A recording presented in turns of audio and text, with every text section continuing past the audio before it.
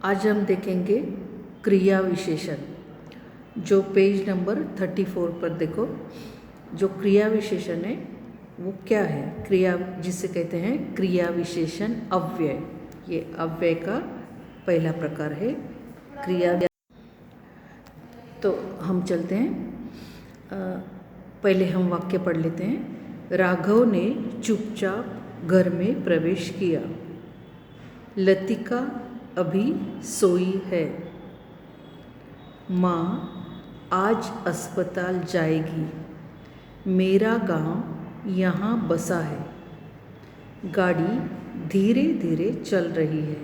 अब इन पांचों वाक्यों में ये जो बोल्ड लेटर्स में दिया हुआ है, कुछ शब्द बोल्ड लेटर्स में दिए हैं, जैसे कि तुम यहाँ नीले घड़े पर जो बोल्ड लेटर्स में दिए हुए शब्द वाक्य में आए हुए हैं, वो उन्होंने ये नीले रंग का जो घड़ा है उसके ऊपर दिखता है। यहाँ चुपचाप, आज, धीरे धीरे, अभी। तो ये जो बोल्ड लेटर्स है वो ऐसे शब्द है जो क्रिया के बारे में ज़्यादा जानकारी देते हैं। तो वाक्य में सबसे पहले तो तुम्हें आना चाहिए क्रिया कौन सी है। क्रिया मतलब वर्ब, क्रियापद कौन सा है। तो ये जो मराठी में क्रियापद कहते हैं, इंग्लिश में वर्ब कहते हैं। तो ये सबसे पहले हमें ये वाक्य पढ़ने के बाद समझ में आना चाहिए कि इसमें से क्रिया कौन सी है। जब हमें पता होता है क्रिया कौन सी है तो फिर क्रिया विशेषण को ढूंढना बहुत आसान होता है। तो जब हम देखते हैं कि इसमें क्रिया कौन सी, प्रवेश, पहले वाक्य में क्रिया देखो, प्रवेश किया। तो किया जो है वो यहाँ पर क्रिया है। तो इस क्रिया के बारे में हमें एक शब्द ऐसे होता है, ऐसे है इस वाक्य में जो हमें ज़्यादा जानकारी देता है किया के बारे में। प्रवेश किया के बारे में एक शब्द हमें कुछ ज़्यादा जानकारी दे रहा है, वो शब्द है चुपचाप। अगर ऐसा भी वाक्य होता था कि राघव ने घर में प्रवेश किया, तो भी वाक्य का अर्थ पूरा हो जाता है। तो ये जो क्रिया विशेषण है, सबसे आसान तरीका हम क्रिया विशेषण का ये देख सकते हैं कि क्रिया विशेषण जो है वो अगर वाक्य में नहीं भी होगा तो भी वाक्य का अर्थ पूरा होता है। तो हम जैसे देखते हैं, ये क्रिया विशेषण हम निकाल देते हैं। राघव ने चुपचाप घर में प्रवेश किया, तो चुपचाप हम निकाल देते हैं, सिर्फ वाक्य पढ़ते हैं राघव ने घर में प्रवेश किया। अगर हमने ये देखा कि राघव ने घर में प्रवेश किया तो भी वाक्य का अर्थ पूरा होता है। तो इसलिए ये क्रिया विशेषण है। तो इसी प्रकार बाकी के भी वाक्य हम देखते हैं। लतिका अभी सोई है। तो सोई है के लिए हमें एक शब्द ज़्यादा जानकारी देता है, वो है अभी। अगर हम क्रिया विशेषण निकाल देते हैं उस वाक्य में से, लतिका सोई है, तो भी वाक्य का अर्थ पूरा होता है। पर ये क्रिया विशेषण एक ऐसा शब्द होता है जिससे वाक्य क्रिया को ज़्यादा जानकारी मिलती है। क्रिया के बारे में ये शब्द ज़्यादा जानकारी देता है, वो होता है क्रिया विशेषण अव्यय। तो अभी मतलब क्रिया विशेषण अव्यय। तो पहले वाक्य में चुपचाप, दूसरे वाक्य में अभी, तीसरे वाक्य में है माँ आज अस्पताल जाएगी। तो जाएगी के लिए जो शब्द ज़्यादा जानकारी देता है वो है आज। हो सकता है कल जाएगी, परसों जाएगी, पर नहीं, आज इस शब्द से हमें पता चलता है क्रिया के बारे में ज़्यादा जानकारी मिलती है। जाएगी के बारे में, जाने के बारे में हमें कौन से शब्द से जानकारी अधिक मिलती है, वो है आज। तो आज ये जो शब्द है वो क्रिया विशेषण अव्यय है। तो इस क्रिया विशेषण अव्यय को अगर हम निकाल देते हैं तो हम वाक्य बनता है माँ अस्पताल जाएगी, तो भी वाक्य का अर्थ यहाँ पर पूरा होता है।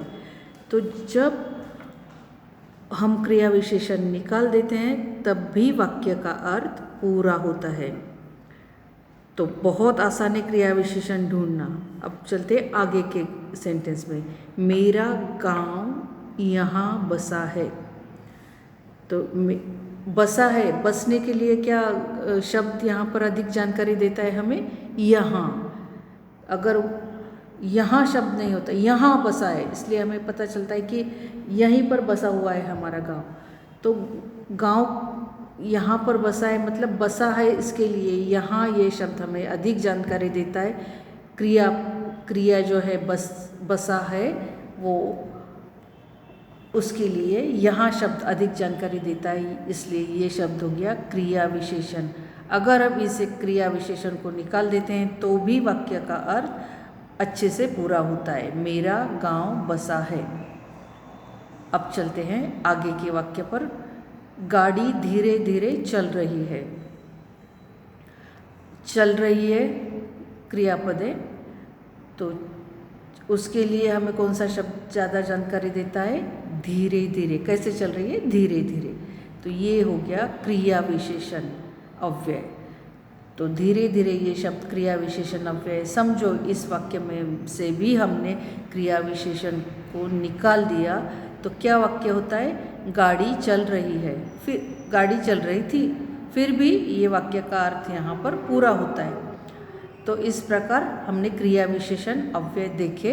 यहाँ आज धीरे धीरे चुपचाप अभी।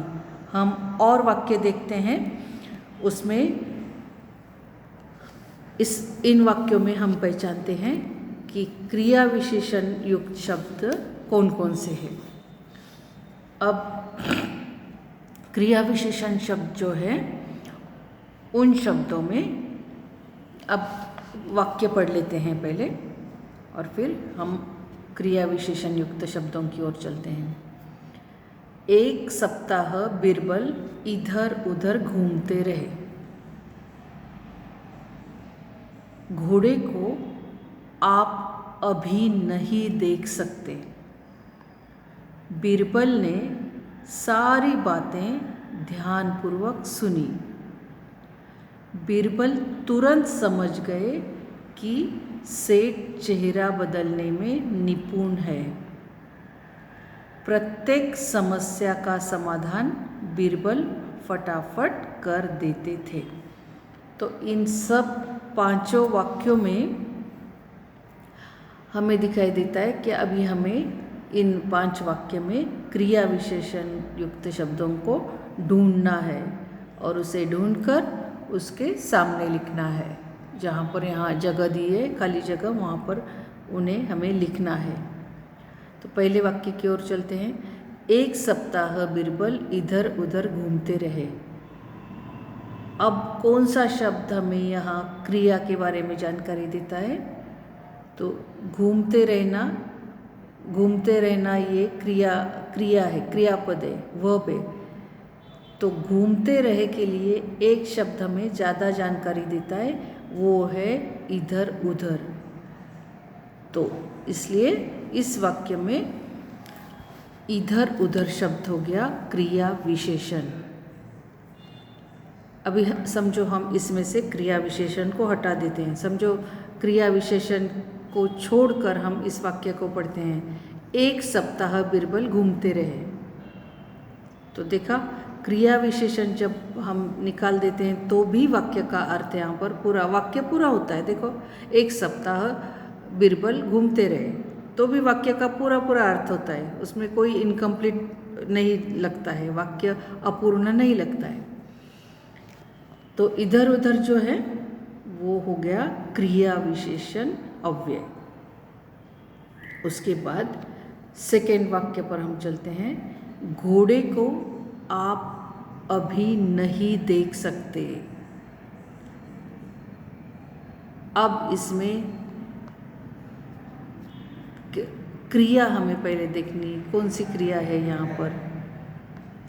तो यहाँ पर क्रिया है देख सकना।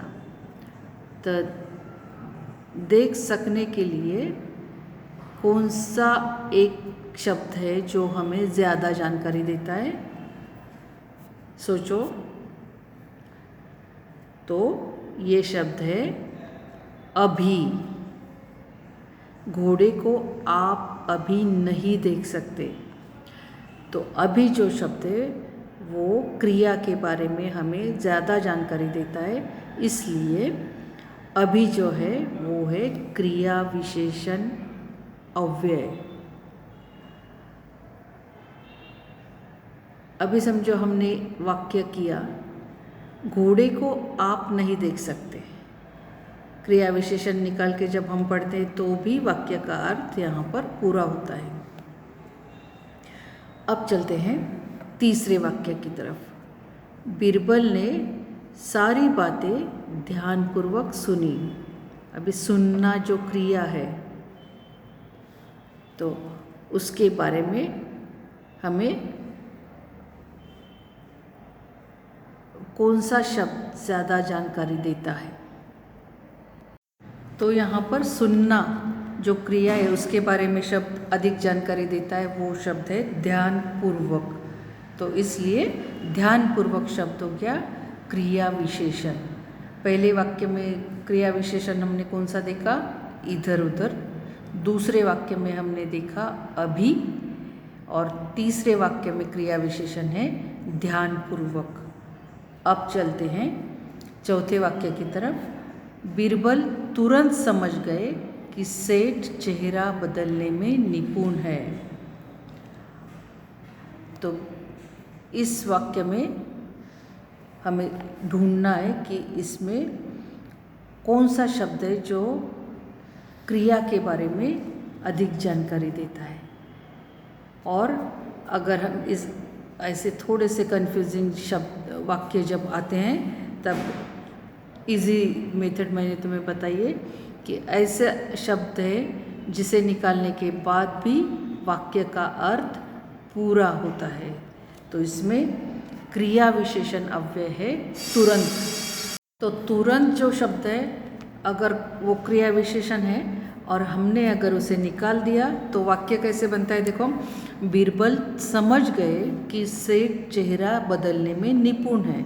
इसका मतलब वाक्य का अर्थ यहाँ पर पूरा हमें समझ में आता है, पूरा हो जाता है वाक्य का अर्थ। तो तुरंत ये क्रिया विशेषण अव्यय है। चलते हैं पांचवें वाक्य की तरफ। प्रत्येक समस्या का समाधान बीरबल फटाफट कर देते थे। अब यहाँ पर कर देते थे जो क्रियापद है, क्रिया है, उसके बारे में हमें कौन सा शब्द ज़्यादा जानकारी देता है? वो है कर देना। कैसे कर देना? फटाफट कर देना। तो फटाफट ये जो शब्द है हमें क्रिया के बारे में अधिक जानकारी देता है, इसलिए ये हो गया फटाफट शब्द जो है वो हो गया क्रिया विशेषण। अब हम ये क्रिया विशेषण छोड़कर वाक्य पढ़कर देखते हैं। प्रत्येक समस्या का समाधान बीरबल कर देते थे, तो भी वाक्य का अर्थ पूरा होता है। तो इस प्रकार क्रिया विशेषण अव्यय आज हमने सीखा। और जब क्रिया विशेषण अव्यय हटा देते हैं वाक्य में से तो भी वाक्य का अर्थ पूरा होता है और उसमें कोई फर्क नहीं पड़ता है। इनकम्प्लीट, वो वाक्य इनकम्प्लीट नहीं रहता है, अधूरा नहीं रहता है। तो इस प्रकार आज हमने देखा कि क्रिया विशेषण अव्यय, वाक्य में से क्रिया विशेषण अव्यय कैसे पहचानते हैं। और ये जब परीक्षा में आएगा तो ये क्रिया विशेषण अव्यय अंडरलाइन करके उसके सामने लिखना है क्रिया विशेषण अव्यय। और इस प्रकार आज हमने क्रिया विशेषण अव्यय सीखा है और ये तुम्हें परीक्षा में आएगा। तो इसके लिए और वाक्य लेकर उसकी प्रैक्टिस करो।